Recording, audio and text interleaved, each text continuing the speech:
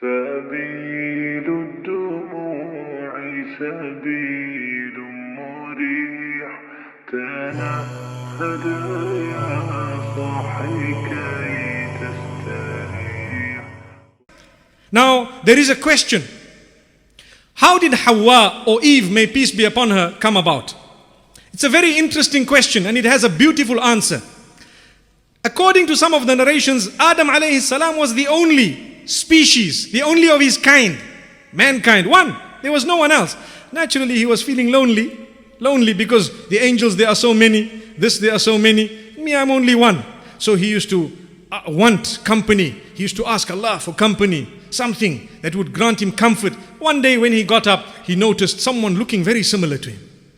What do we learn from this?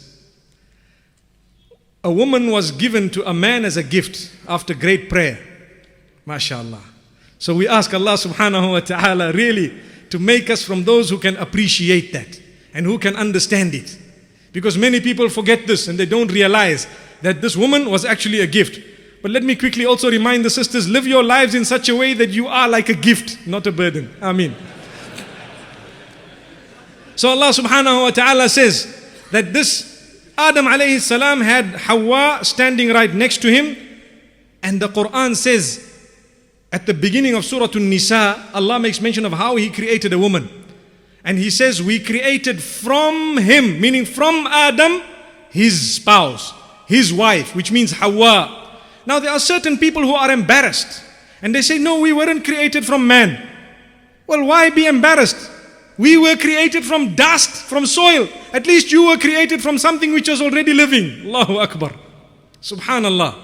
There is nothing embarrassing. We are there right now. Let's talk of where we are now. This is history. No need to deny a sahih hadith and no need to deny a verse of the Quran. Clearly, it says this in the opening verses of Surah An-Nisa, that Allah created man and then He created a woman from the man. So, the hadith of Abu Hurairah radiallahu anhu in Sahih al-Bukhari makes mention of the rib of Adam alayhi salatu wassalam. There is nothing wrong with being created from a rib. And when the hadith speaks about how a rib is bent and how the top of it is bent, and if you try to straighten it, you might crack it. So be very, very careful how you treat your women. I think a lot of the women don't understand that hadith. And they take it personally and they take it wrongly. They think it's an insult. Wallahi, it's not. All it is telling the men folk that be careful how you handle the women, be very kind to them, be very tolerant, and be very, very patient with them. Because if you want to straighten them like a pin, you might end up cracking them, which is true. You can't have your wife exactly as you want. No. No two human beings are the same, not at all. You know, when I was young, we were always told the 5 fingers are not the same. One day my dad came along and he says, well, if you make an effort, they can all be one. You see, you need to bend one and change the other one and do this to the other one. Then you get all of them in one line. So it means an effort is required for us to be on par. There is a give and take. May Allah subhanahu wa ta'ala grant us goodness.